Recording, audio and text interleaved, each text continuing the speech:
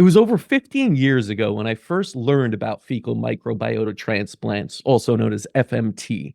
Today, there's a growing amount of research into the benefits of removing healthy fecal bacteria and other microbes from one person and implanting them into another suffering from GI symptoms. The problem was that there was significant barriers to entry for this procedure. But that's changing, and today's guest will explain their approach, harnessing the body itself as the ultimate fermenter through supplementation. This is the story of Thaena with Dr. Andrea McBeth. Dr. McBeth, great to have you on. Thank you so much.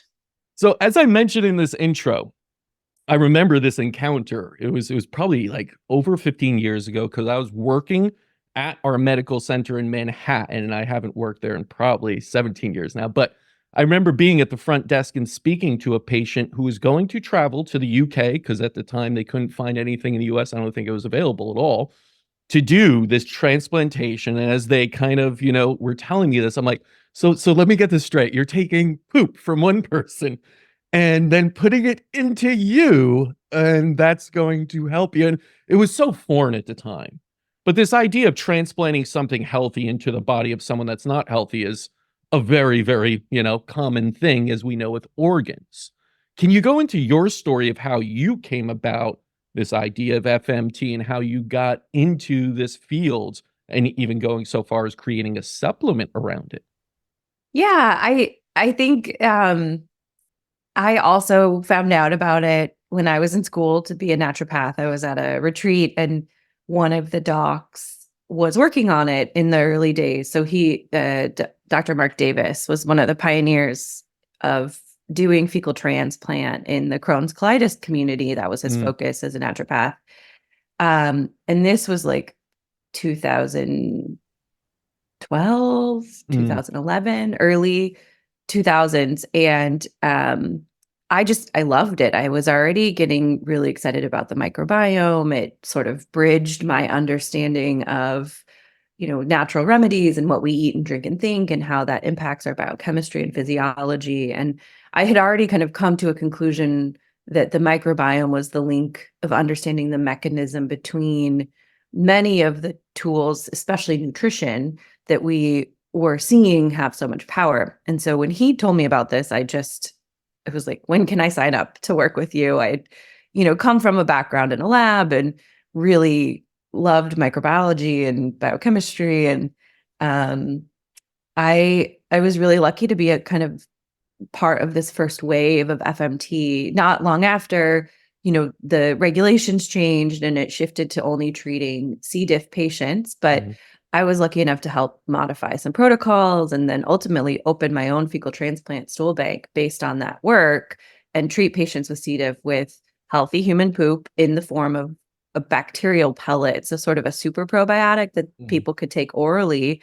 And it was profound how it treated C. diff, over 90% effective in, clinical trials. It was kind of 80 to 100%, but we felt like depending on dosing, you could give repeat dosing, you could really knock C. diff out no matter where a patient was at, which was super cool. So I just dove headfirst and,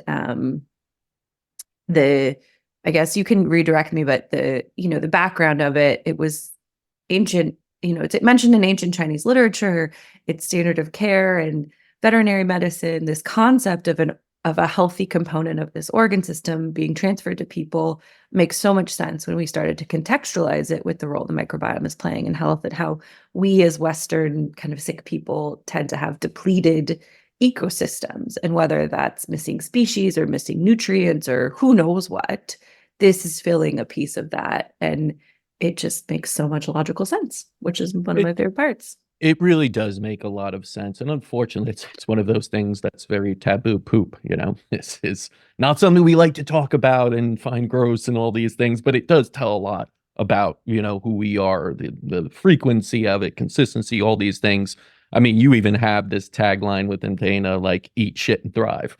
I love it. It's like, you go directly in for you're not holding back on these things, but it's very true. And I want to really have the audience understand the process this goes through, starting with even this idea of like, well, who is the donor? Where do you start with, even finding the person that is quote unquote healthy?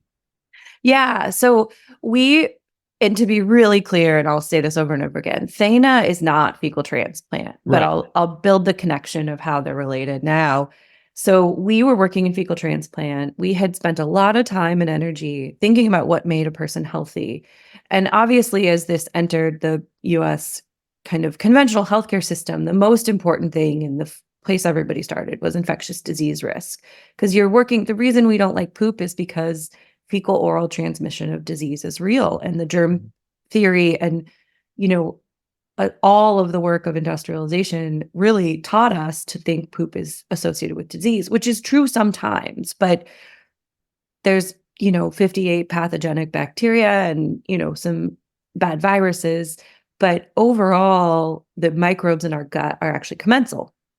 And we had to overcome that ick factor, and the broader medical community was addressing it like we would approach a blood banking system. And so actually the early days of screening were based on blood banking, because we can't synthesize blood either, and I think that's a good comparison. And so the thing that we saw the need for was to move beyond, yes, screen for infectious disease and everything that we can possibly think of, but then ask people about their diets, define health on a further registry, which we as practitioners think about a lot, is, well, do you have a mindfulness practice? What is your exercise? What does your mental health look like? There's so much beyond just your whether or not you have infectious disease. So we really focused on cultivating and building off of work done by others, including Carmen Campbell and Mark Davis, who came before us, to say, okay, well, were you vaginally born? Were you breastfed? Do you have less than 5 antibiotic rounds in your lifetime? Do you have things that both, serum and stool, so we know don't have any infectious disease, but also does your microbiome represent diversity and health in the best we can define it? And the reality is that's constantly changing. So we had these healthy people, healthy poopers, unicorn poopers, and then had their poop, but we wanted to move beyond FMT to something that was more accessible. And one of the early concepts was that, what if the bacteria don't have to be alive to matter? And this was kind of revolutionary in 2017, but makes sense now that we know, with the concept of postbiotics is here, we know you can pasteurize probiotics and they're still effective. And in the case of Akkermansia, sometimes more effective in certain contexts. So we looked at that. We looked at the infectious disease risk and said, well, what if we just went all the way and completely sterilized the stool in an autoclave? And that's like what you use to sterilize medical equipment before surgery.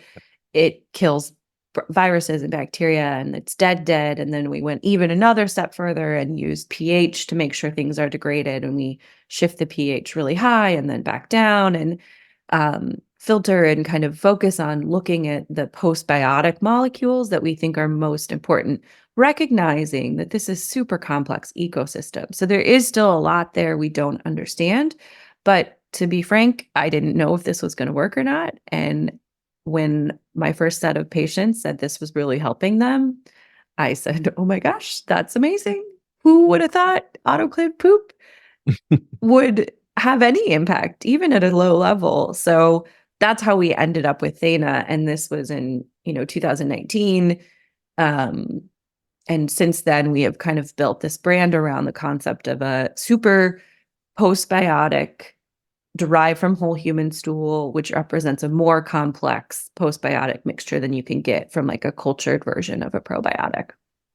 Let me start by saying you definitely have to find those unicorn poopers if it's 5 rounds of antibiotics or less. I feel like most children go through 5 rounds of antibiotics in a year these days, right? Yeah. So that's you're raising the bar, which is great, because I do believe, especially when you're talking about the microbiome, things like those nuke bombs of antibiotics are very difficult to bounce back from, even in a lifetime. So that's great. You have that truly healthy sample to start with.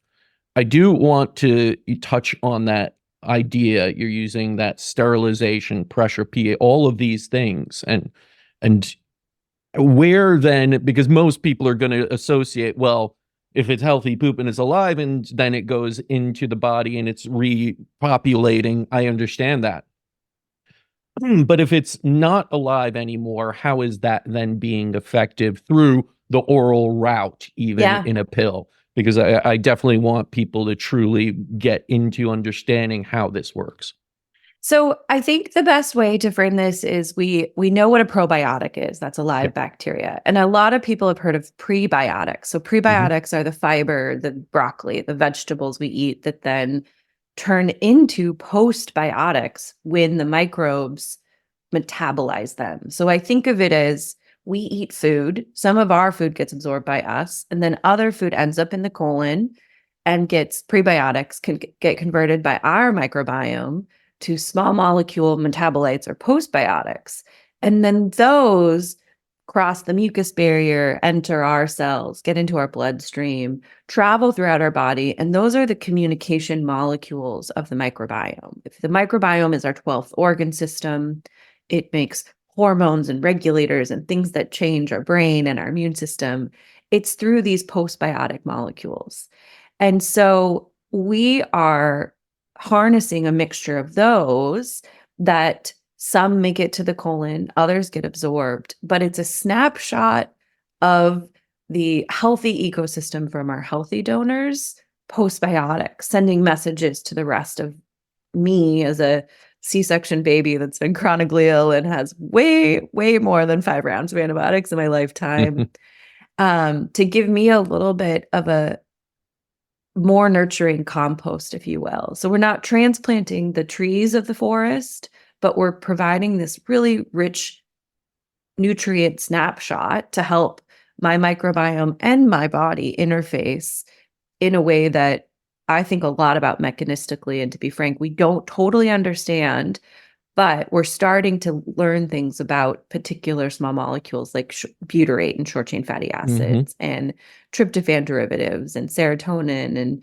and even micronutrients like urolithin A or spermidine are all things that bacteria are turning our food into that then go on and impact our mitochondria and fatigue and gut motility and all kinds of really interesting things. We're just kind of at the cutting edge of starting to understand biochemically. Do you feel like it could also be in part an information type therapy where you're not providing the actual, let's say, active lye, but there is the information still imbued within that that's ingested and basically allowing that microbiome there to set the guidelines of what is healthy and what is not? Yeah. So one of the things we've been working on a lot with our preclinical research, meaning we're doing, assays and tissue culture and stuff like that, is that one of the components of dysbiosis, if you think of somebody who had their antibiotics and their gut's a mess and they have leaky gut, is not just that you've lost people, species, you've lost the ability to metabolize postbiotics. And it's that environment and it's the pH and even more so the redox chemistry, which is kind of a bigger topic. But basically, the oxidative stress, we're kind of familiar with that term, gets out of balance. And one of the things we have data on and are really excited to explore is that this is a super potent shifter of that weather environment. So I think I agree with you, and what we think it's doing is potentially shifting the ecosystem's weather in a really simple example metaphor, but it's the redox chemistry potentially that then shifts the phage, which are viruses. They shift from lysis to lytic phase. They're very sensitive to the redox chemistry. It probably shifts the metabolism of the microbes you already have, potentially changes the signaling that's coming from our immune cells and our endothelial cells. So it's this really complex interplay. I like to think of what happens in a dry forest after it rains. You get this smell of petrichor and like everything opens and blooms and shifts. And I kind of think that's what we're doing in a very simple sense. We're shifting the ecosystem to be reflective of what a healthy, nutrient-rich ecosystem looks like. if that isn't too philosophical. No, no. I mean, I always love those types of analogies because it gets people to start to understand what it could be doing and how it could be working within the gut itself and the GI system. When we start to talk about dosage and we start to talk about the treatment itself through this oral mechanism of supplementation, what does that start to look like for the average patient? We understand everyone's unique, but let's say an average patient going on this. Yeah, it's 1 cap a day. A capsule is 100 milligrams of the Thaena powder. Um, and it's so fascinating. This has been some of the most fascinating, science, because we have really discrete people who are responders, meaning they take this for a week or a month and they have really strong improvement in a variety of symptoms.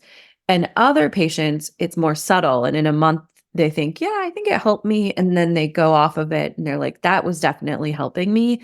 And then they stay on it for, the average is a 3 to 6, kind of 9 months is the longer end of protocols. And then people will often switch from taking it every day to using it as needed, depending what they're using it for. Other patients use more than 1 cap a day. We feel really confident in the safety, but it's a low and slow shift in the ecosystem. And so you don't need what we traditionally think of as fecal transplant, where like a big bolus resets and recedes. It's more of a gentle nudge, which is really nice because as a clinician, there's very minimal side effects, and it's worst case scenario. People don't have, they feel like it didn't really do much, which is why we offer a money back guarantee, because we're learning and collecting data and looking at launching an app so we can have patient reported data so we can continue to learn, essentially what this entirely new realm of postbiotics are helping people with, which is super cool. From what you've seen and heard from clinicians out there, what type of patients are going on this symptomology condition-wise, knowing we can't get into some direct conditions that it's treating for, but just in general terms? Yeah, I think my paradigm and where I go back to is this a good fit for a patient? Did they have some sort of perturbation or stressor or trigger to mess up their gut microbiome? Do they have constipation or diarrhea or dysbiosis or things that would reflect that this chemistry and weather got out of whack?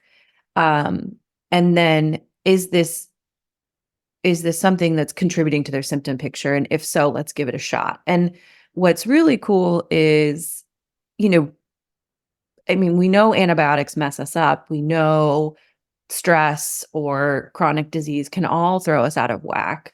And then this is just a tool to kind of get you back on track. Even traveling, I use it and travel with it as I go abroad. It's super, super, super helpful if I run into the wrong, takeout or whatever. Sure. And so I always approach, we don't know who it exactly works for the best, but if the underlying issue is acute-ish or, even long-term dysbiosis that could use a shift, that's a Mhm. good starting point. Even if the goal is to improve sleep or fatigue or things like that, if there's an underlying dysbiosis, this is a tool for that. And what about relatively healthy people that are looking to prevent GI Yeah. symptoms or have minor symptoms, let's Yeah. say? So the data we have is that this is a super potent antioxidant, and it's Mm, really interesting. We ran an assay in C. elegans, which are like a model system for longevity, and it actually outperformed rapamycin and resveratrol in making the worms wiggle longer, faster, their health span. And so, we have stress, oxidative stress from exercise and other things. Interestingly, some of these postbiotics are in topicals because they reduce skin antioxidants. And so I think if you're looking to explore ways to support your gut microbiome in periods of stress that aren't antibiotics or, other things, but they're maybe running really long distances or workouts or other forms of stressors that are more to build health and longevity, I think this is another place where you might see benefit. We haven't done research or looked at that in the same way. We don't have the same kind of cohort of anecdotes, but that's another place where I think it's super interesting and worth a shot, especially because if you're running a marathon or you're lifting weights or you're doing high intensity exercise, it'd be really easy to measure if you feel like this is having an impact or not. And as far as, let's say, some anecdotal results that you've seen, maybe some cases that stick out to you, what have people been really experiencing that they, shared aside from just symptomology relief of some, GI, the frequency of going and utilizing the bathroom, things like that? What are you seeing? Yeah. I um I mean, yeah, the stories are really fascinating. I'm always hesitant to imply this is a miracle cure because I think we have to take everything with a grain of salt. But, Sure. you know, one of the things I've been most surprised by, if you were to say, what do you think this is going to help with? I'd be like, well, constipation, diarrhea, or, not even acute disease related constipation, diarrhea, just transient, you don't poop every day. But when people start to say, "Hey, this is really helping me with my my sleep, my Mm. insomnia," that kind of blew my mind. I'm not gonna lie. I was like, "What?" And I kept hearing more people report that. I mean, I always take things with what is placebo, what is not. We haven't run any placebo-controlled RCTs, and gut health is tricky, but our patients in the functional medicine space and these docs are pretty discerning. And so for somebody to say, this really moved the needle for me on my fatigue and insomnia and brain fog after years of having issues with that is some of the most exciting things that I want to explore what the mechanism is, because we know the gut is impacting the brain and the immune system, but it still kind of is perplexing and wild that in 2 days or 3 days, somebody who's been struggling for years with pretty severe, you know, issues with brain fog and fatigue can feel like this has moved the needle, and then they're pooping every day and it's well formed Mm. and they're stoked. It's wild how all these things are so interconnected and things you never thought could see the improvement from where you're focusing on, let's say, the GI, show up in so many different places. And again, it just shows how well the body works together, that if you improve one area, so many others can improve as well. I can imagine sleep, I can imagine brain fog, all these things. The gut is your second brain, and so much starts there. And we Yeah. have such a poor, I think, poor relationship with food these days, I have to say. And that brings me to my next question. How important, how significant is it for a patient to then change their diet, really focus on, and what are you suggesting with that? Yeah, and I think thank you, because again, this is not a panacea. This isn't going to Yeah. change the rest of the environment. This is a Right. tool in a toolbox of life, right? And I always think about cost benefit of resources. The microbiome is cool because it helps us make educated decisions about where the best spend is in a world where we're told we don't know anything, just take my medicine, don't think about your health, don't worry about your diet. I mean, that's less so true now, but it was, in previous lives. Um, this is a tool that has to be put in that context. So I think about what we eat and what we drink and what we think.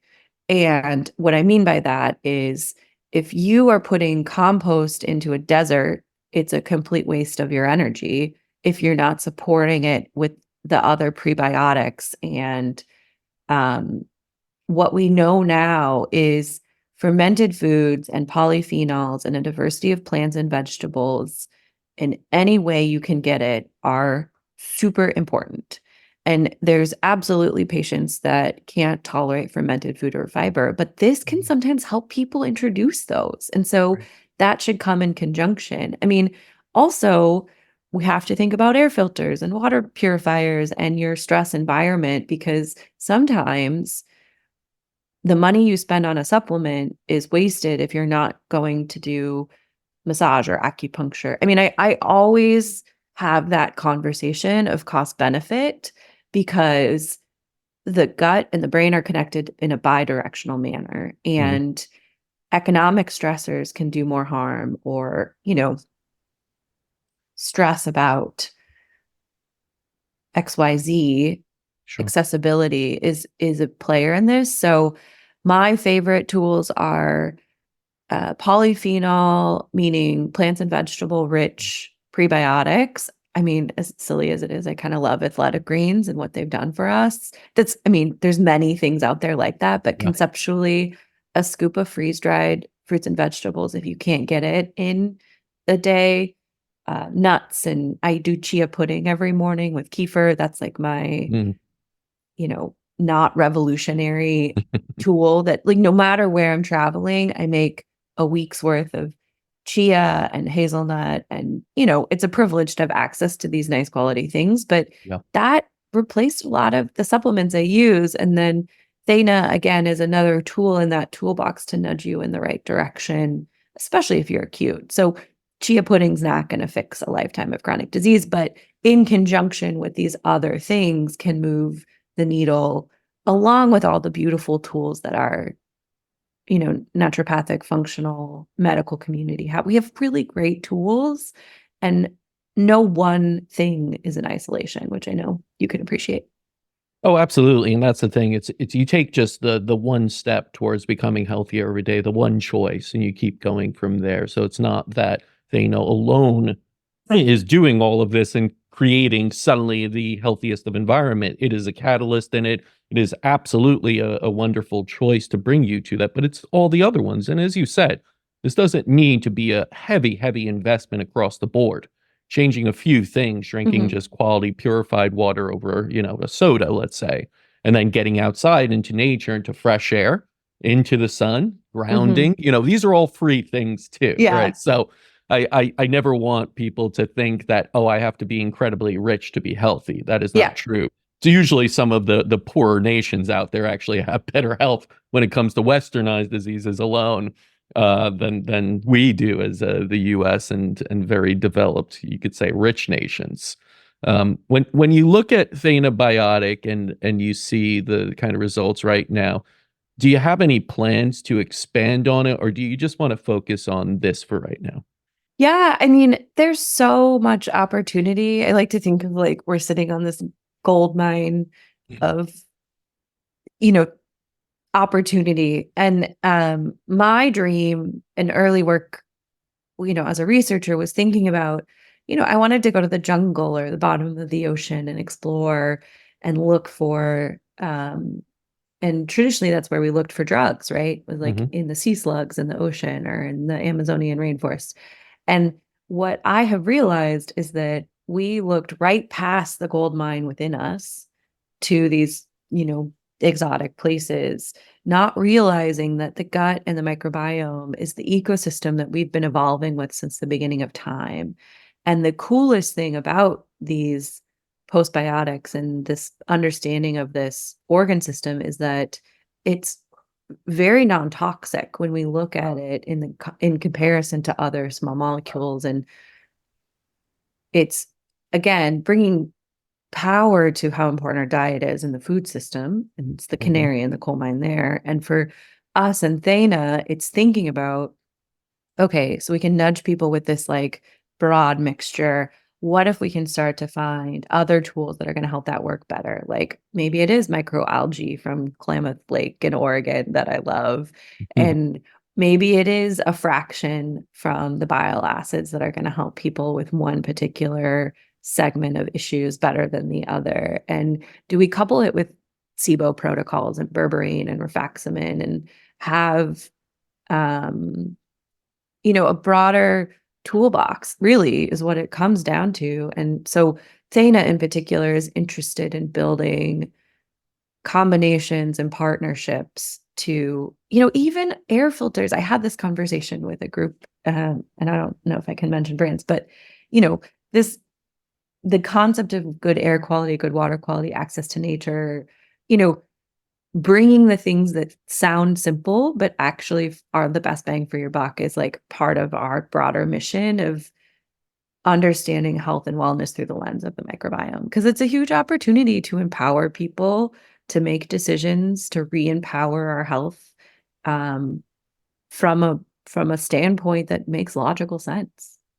Absolutely. And I appreciate you bringing up those kind of looking into those synergies of everything because yeah, the toolkits are vast if you really look at it. I understand if you're looking from a conventional standpoint, it's a little bit limited, but once you break into the functional integrative world, the toolkit just explodes. It's just massive from even spiritual, psychological, and all these, oxidative therapies, and of course the herbs and everything out there, and you start to see all the combinations. Of course, always understanding that each person is unique, but I can even see this as a great terrain restoration type Mhm. of therapy, along with those oxidative UVBI ozone therapies that clean the blood.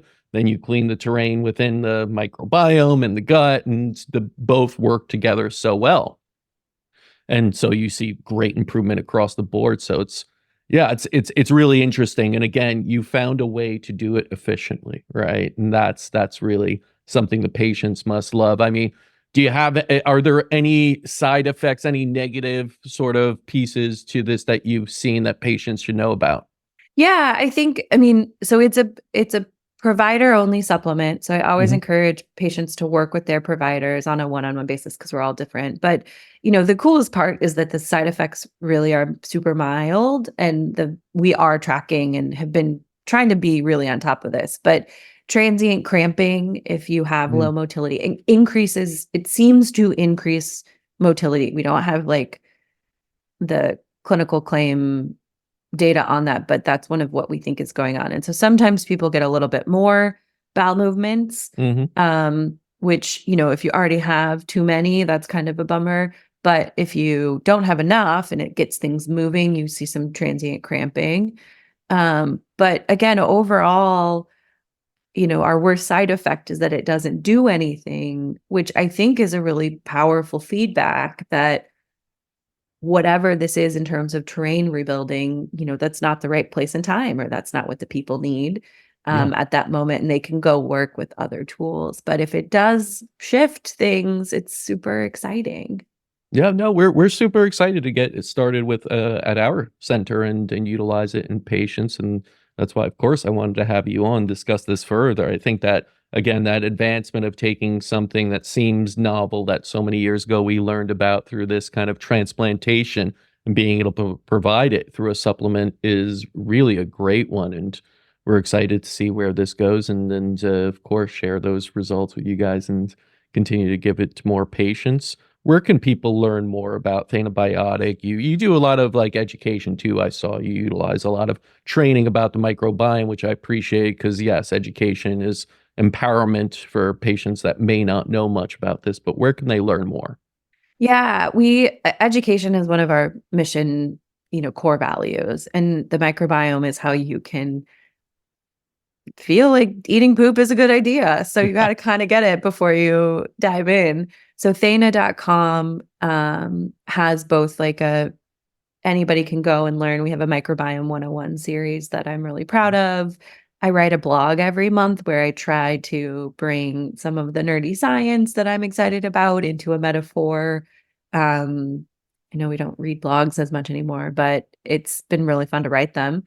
And then if you're a provider, you can log and become a provider, upload your license, and then we have over 30 hours of continuing ed on the provider side of microbiome and nutrition, microbiome and hormones. We do a conference every year, and we've been really intentional about building out that framework because this is a new organ system we only discovered in the 2000s. There's so Yeah. much to talk about.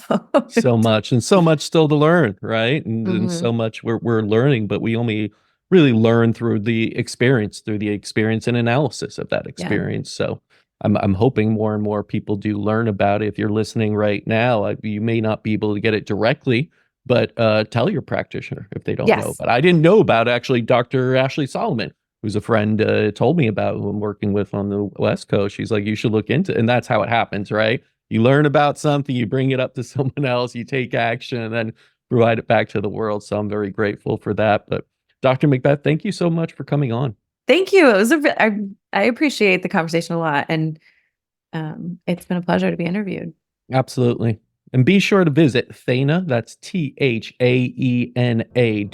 for more information. And until next time, continue writing your own healing story.